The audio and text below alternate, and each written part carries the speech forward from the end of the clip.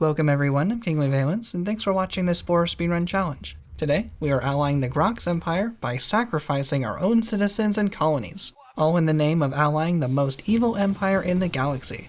We have allied the Grox before by starting from the beginning of the game in Cell Stage and making it into space, but today we are starting directly from Space Stage. This may sound super convenient skipping the first 4 stages this time, but this actually starts us with a huge disadvantage. The reason for us always starting from Cell Stage is so we unlock the very powerful consequence abilities like the Fanatical Frenzy once we get into space. From there, we can use the Fanatical Frenzy to break the Galactic Code for a huge relationship bonus with the Grox to ally them quickly and reliably. However, starting in Space Stage, we are on our own with no abilities this time. We don't have anything that could have been unlocked from playing the previous stages. But is breaking the Galactic Code even required to ally the Grox? We have allied the Grox before without breaking the Galactic Code at all, so maybe we can do something similar here starting in Space Stage? However, we found last time that allying the Grox without breaking the Galactic Code needed nearly every other possible point to reach positive 70. And unfortunately for us today, 10 of those points came from the Grace's Greeter power, which is unlocked from completing Tribal Stage socially, which we're not able to get starting from Space Stage. So without these 10 Grace's Greeter points, and without the 50 breaking Galactic Code points, we're under the minimum to ally the Grox. So it looks like starting from Space Stage, we will have to break some Galactic Code to ally the Grox after all. And since we're adding back in the Galactic Code, we can now drop out the Embassy and Friendly Tools, since those take a while to unlock, and we'll still make our 140 positive point minimum. So that's the plan, but without starting with Archetype abilities, how can we break the Galactic Code? There are 3 ways to break the Galactic Code in Spore, including the Fanatical Frenzy, Gravitation Wave, and the Planet Buster. And there are 2 ways to gain the consequence abilities from Space Stage, including doing a split personality mission, or doing galactic adventures. However, while these can unlock the Fanatical Frenzy fairly quickly as well, I believe they are both beaten by getting the Planet Buster. The Planet Buster is unlocked from either earning the Conqueror 5 badge for conquering 50 planets, or the Colonist 5 badge for placing 200 colony buildings. For the speedrun today, we'll be unlocking the Colonist 5 badge, and we'll do it by destroying our own colonies. But for now, we need a lot of money to afford all the buildings, colonies, and planet busters. We have a super lucky purple spice moon in our home system, so we'll colonize this planet as our cash generator. Our home planet always has red spice, but the other planets in the system can be different colors. We first need to terraform our moon, and we'll do a trick to get a second set of terraforming tools for free. By saving on the message where we receive the tools, quit without saving, and reload the game, we continue the mission briefing on the same message, and receive another set of terraforming tools for free. This will help us reach TerraScore 1 faster, and eventually reach TerraScore 2. Once we reach TerraScore 1, we can place our plants and animals on the surface that we also got for free. Then we'll spend almost all of our money on buildings for our colony to start generating purple spice as quickly as possible. With TerraScore 1, we only have room for 5 buildings, but in this configuration, we can generate 84 spice per hour. This is a good amount of purple spice, but this will be too slow to generate all the money we need on its own.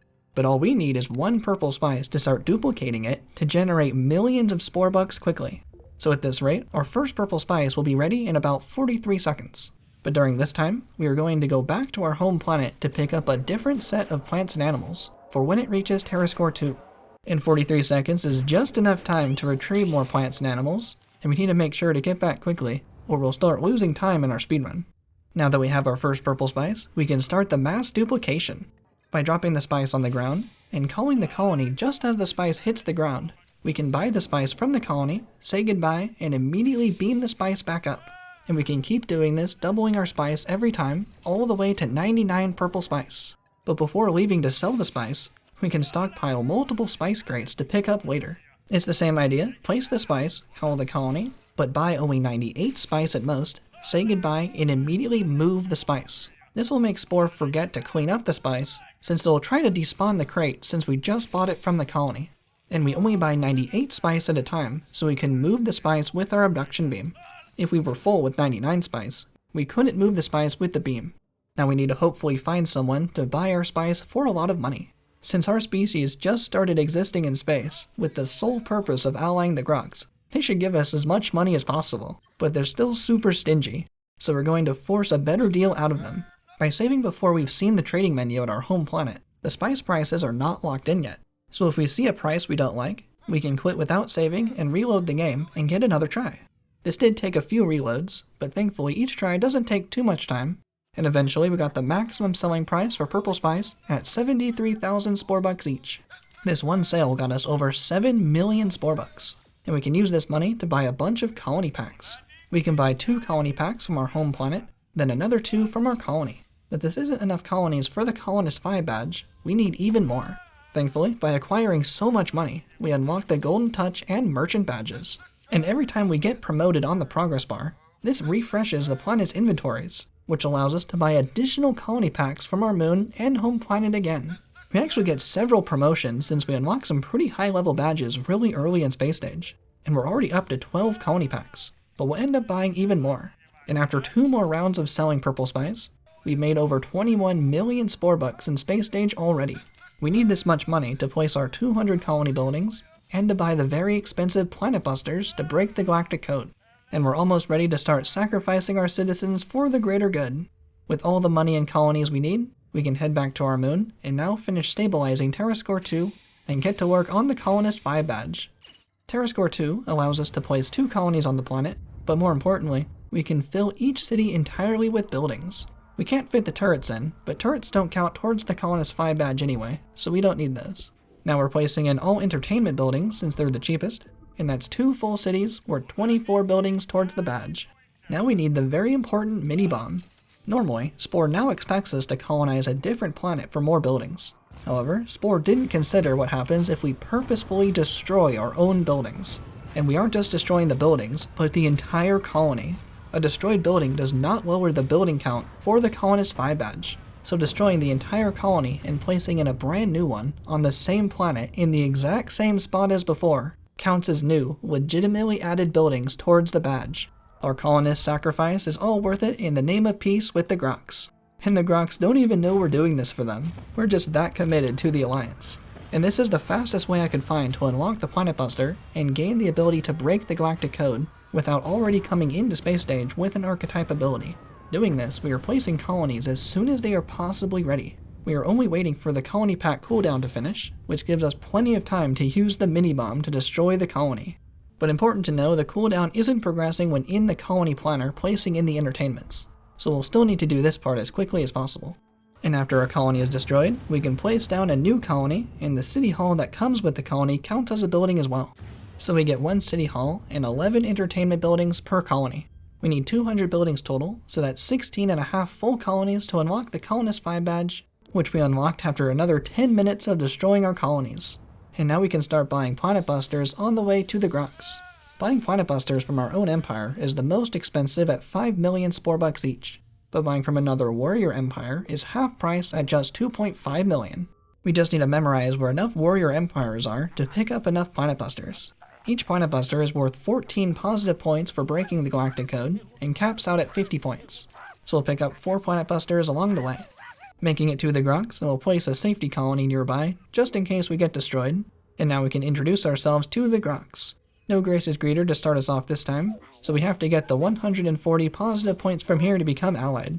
Starting out by giving them a bunch of gifts and accepting a mission. And we made it to the Grox starting from Space Stage with essentially everything we need in around 23 minutes. I find this really interesting, as this is a very different speedrun strategy to ally the Grox than we've done before. Including this run, I see 3 really distinct routes to ally the Grox, including our classic Zealot speedrun, starting from Cell Stage, making it into Space Stage, and using the Fanatical Frenzy. And my best time for this route is 43.5 minutes. The second is the completely peaceful Shaman route, by allying the Grox without breaking the Galactic Code. And this run was able to start from Tribal Stage, since all we needed was the Grace's Greeter power, and we didn't need to use any archetype abilities in Space Stage. This run got to Space Stage faster than the Zealot route, but took more time during space to unlock the embassy and friendly tools. And we completed that run in just under 50 minutes. However, technically the Zealot route can go faster by also starting from Tribal Stage, since becoming a Zealot can also be done with just 1 green and 1 red result on the timeline. Completing Tribal as friendly, and completing Civilization Stage as military would also unlock the Fanatical Frenzy. And with the Space Stage portion as being the same, this has the potential to ally the Grox even faster. So let me know if you want to see this run in the future. But I wonder where this Wanderer run, starting right from Space Stage, but needing to take the time to get the Planet Buster will land. As a speedrunner, I'm always looking for the fastest route to ally the Grox. and I find these different routes to ultimately do the same thing very interesting. After completing some missions for the Grox, we can now bust some planets, all in the name of peace. And there's one planet completely destroyed, along with number 2, 3, and 4. Unlike with the Fanatical Frenzy, we can't bust a Grox planet. We need to find a non-Grox planet that's within 10 parsecs of them for the Grox to notice us completing our peace mission. Breaking the Galactic Code is worth 50 points, and along with our points from missions, gifts, and agreeing to help them, we've reached the blue friendly range. Now we can start up 3 trade routes. These will be worth another 30 points in about 4 minutes. But this will give us enough time to get the remaining points we need from missions as we wait for our trade routes to mature.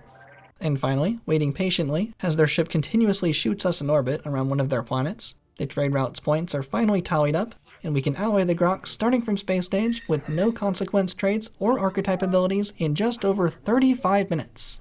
Adding this time to our table as our third and currently fastest method to ally the Grox. And there's our dance with the Devil badge, as our species has fulfilled their one and only purpose in the galaxy. Let me know what you thought of this method to ally the Grox, and let me know any other ways you'd like to see me ally the Grox, or anything else you'd like me to try in the future. Thank you all so much for watching. I'm Kingly Valence, and I'll see you next time.